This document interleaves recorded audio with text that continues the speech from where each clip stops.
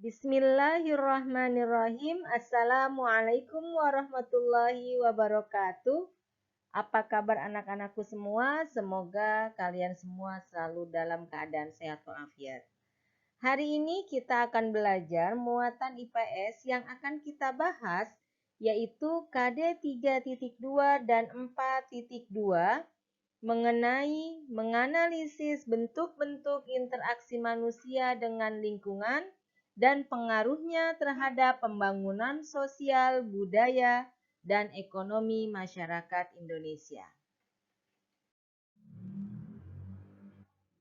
Pada kesempatan kali ini kita akan belajar mengenai aktivitas masyarakat yang ada di dataran rendah dan juga aktivitas masyarakat di dataran tinggi.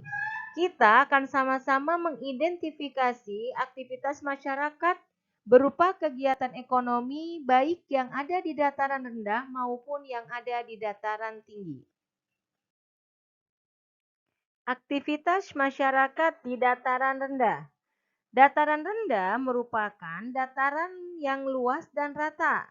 Dataran ini terletak di ketinggian 0 sampai 200 meter di atas permukaan laut. Dataran rendah juga dikenal dengan istilah aluvial. Tanah jenis ini subur dan baik untuk bercocok tanam. Selain itu, dataran rendah memiliki area yang relatif datar, sehingga kondisi ini memudahkan masyarakat dalam beraktivitas. Kemudahan tersebut membuat dataran rendah berkembang menjadi pusat kegiatan masyarakat.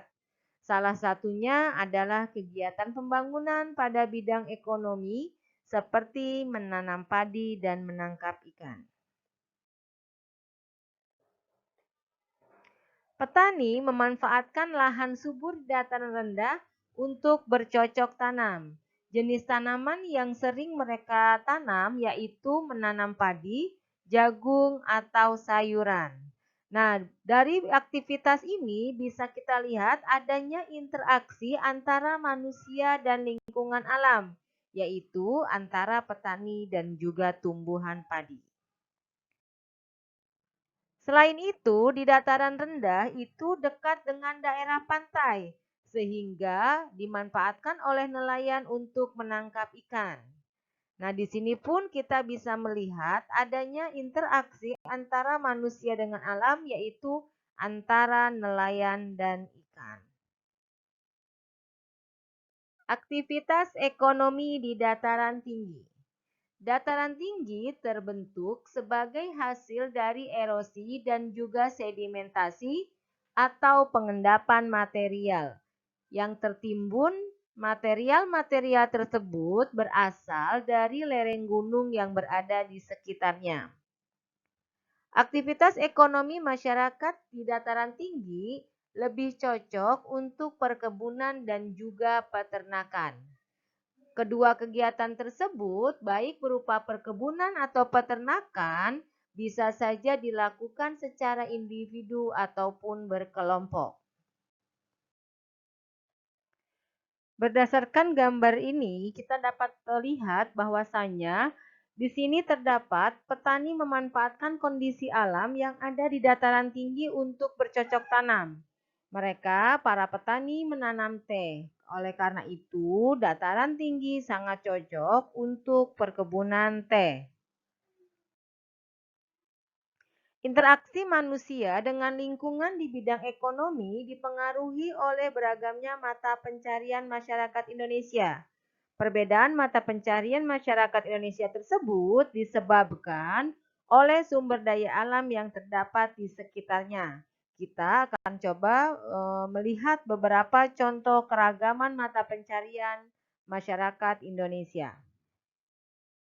Berdasarkan gambar ini bisa kita lihat bahwa ini adalah contoh keragaman mata pencarian masyarakat Indonesia dalam bidang ekonomi. Di sini kita lihat untuk orang-orang yang berada di daerah dekat pantai, mereka bisa mengolah ikan untuk dijadikan bahan lauk pauk dan juga bisa dijual ke masyarakat lainnya.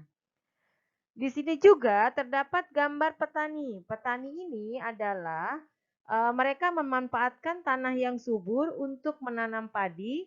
Nah, padi juga bisa dikonsumsi oleh sendiri dan juga dijual untuk memenuhi kebutuhan masyarakat. Menanam padi itu terdapat di dataran rendah. Sedangkan kita melihat ada peternakan sapi. Untuk peternakan sapi, dia memanfaatkan daerah yang berada di dataran tinggi. Demikianlah penjelasan dari Bu Uma. Mudah-mudahan apa yang Bu Uma jelaskan dapat kalian pahami. Bu Uma tutup dengan membaca Alhamdulillahirobbil alamin. Wassalamualaikum warahmatullahi wabarakatuh.